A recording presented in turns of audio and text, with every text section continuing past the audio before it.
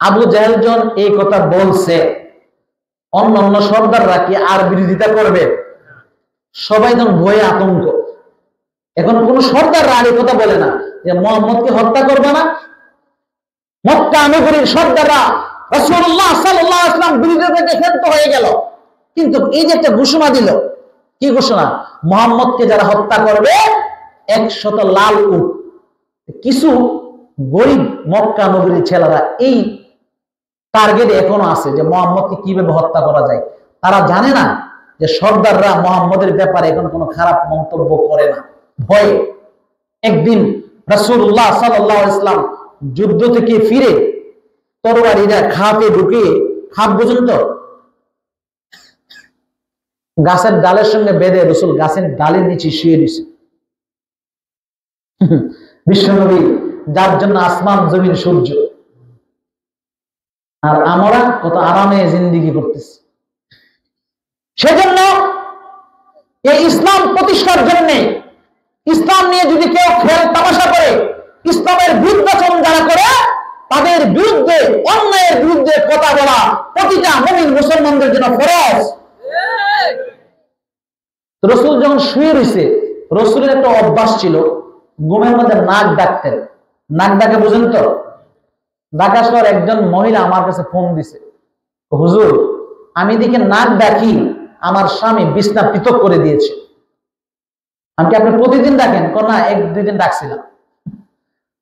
কি? রাসূল সাল্লাল্লাহু আলাইহি ওয়াসাল্লাম নাক ডাকতেন। রাসূল যুদ্ধ থেকে এসে ঘুমাচ্ছেন গাছের নিচে, একটু ভালো ঘুম হবে না? এক কাফের দেখলো রাসূল ঘুমাচ্ছে, এই সুযোগে যদি মানে মুহাম্মদকে হত্যা করতে পারে 100 লাল উট পাবো। সে আস্তে আস্তে আস্তে আস্তে আস্তে আস্তে আসছে। সাহাবায়ে কেরাম গাছের নিচে শোয়া, যুদ্ধ থেকে আসছে ক্লান্ত। সে এসে গাছে উঠে তরবারি নিচ্ছে। তরবারি কি ক্ষমতা? তরবারি ক্ষমতা না।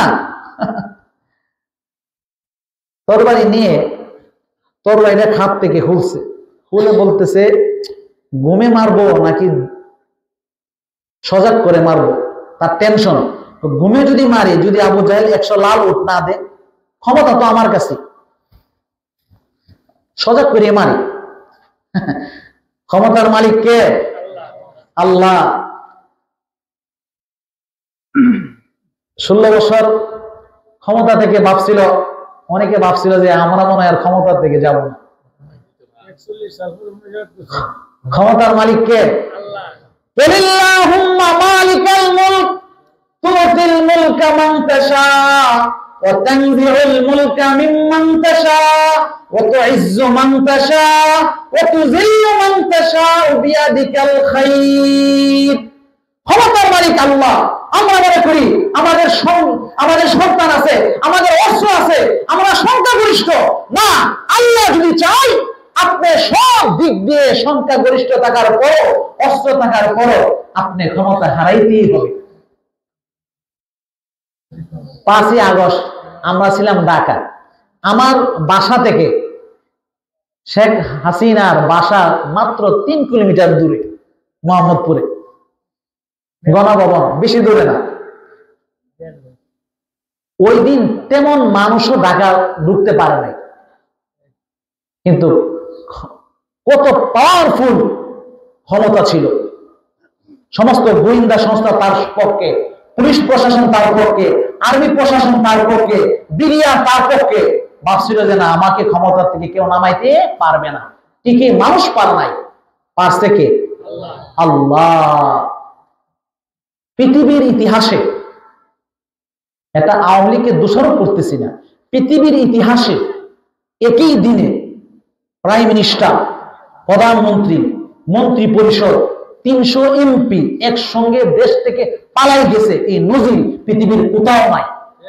কোথাও নাই এই নজির।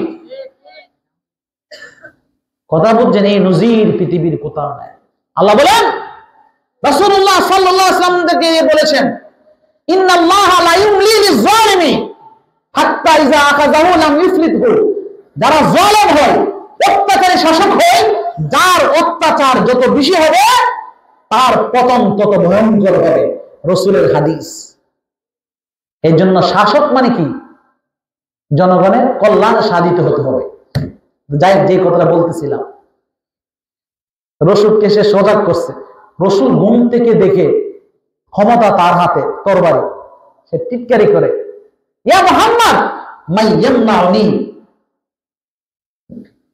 আমার থেকে তোমাকে কে বাঁচাবে? চতুর্দিক দিয়ে মানুষ জমে গেছে। ইয়া মুহাম্মদ মাইয়ামনাউকা মিন্নি, আমার থেকে তোমাকে কে বাঁচাবে? রাসূল কি বলছে? আল্লাহ। বলেন কি বলছে? আল্লাহ। আল্লাহ। আমি আর আপনি কি বললাম? আপনি আবার মাফ করে দেন। রাসূল বলেন আল্লাহ। তার হাত কাঁপতেছে, সে টের পায় নাই। দ্বিতীয় বলে মাইয়ামনাউকা মিন্নি, হে মুহাম্মদ তোমাকে কে বাঁচাবে? রাসূল বলেন আল্লাহ। তার হাত থেকে তরবারি পড়ে গেছে। এখন তরবারি রাসূল হাতে নিছে, সাহাবায়ে কেরাম সজাগ হয়ে গেছে। এখন ক্ষমতা কার কাছে? ক্ষমতা কার কাছে? রাসূলের কাছে। ক্ষমতা পালা বদল হয়, যেই কারণে যেই শাসক বিতাড়িত হয়েছে, পরবর্তী শাসক যদি একই গুণান্বিত হয়, তারাও বিতাড়িত হবে। রাসূলুল্লাহ সাল্লাল্লাহু আলাইহি ওয়াসাল্লামের কাছ থেকে শিখতে হবে। রাসূল তাকে বলে মাইয়ামনাউকা মিন্নি, তোমাকে এখন বাঁচাবে কে? সে তো আল্লাহর কথা বলে না, সে আনতা আপনি। রাসূল তাকে মাফ করে দিয়েছে।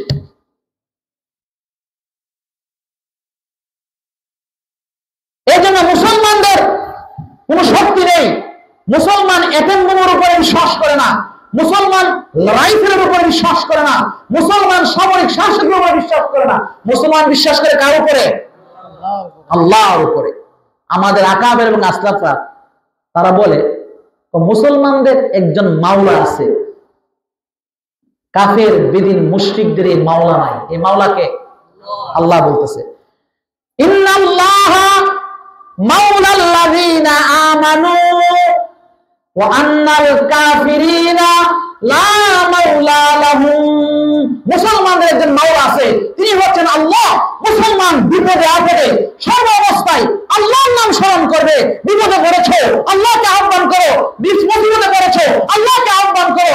গুনাহ করেছো, আল্লাহকে আহ্বান করো। অভাবে পড়েছো, আল্লাহকে আহ্বান করো। যে মুসলমান আল্লাহর উপর পূর্ণ আস্থা বিশ্বাস থেকে সর্বময় ক্ষমতার মালিক একমাত্র আল্লাহ বলবে, আল্লাহ পাক রব্বুল আলামিন তার উপরে আসান হবে। যাই হোক, তাফসীরের আঙ্গিকে দীর্ঘ সময় পর্যন্ত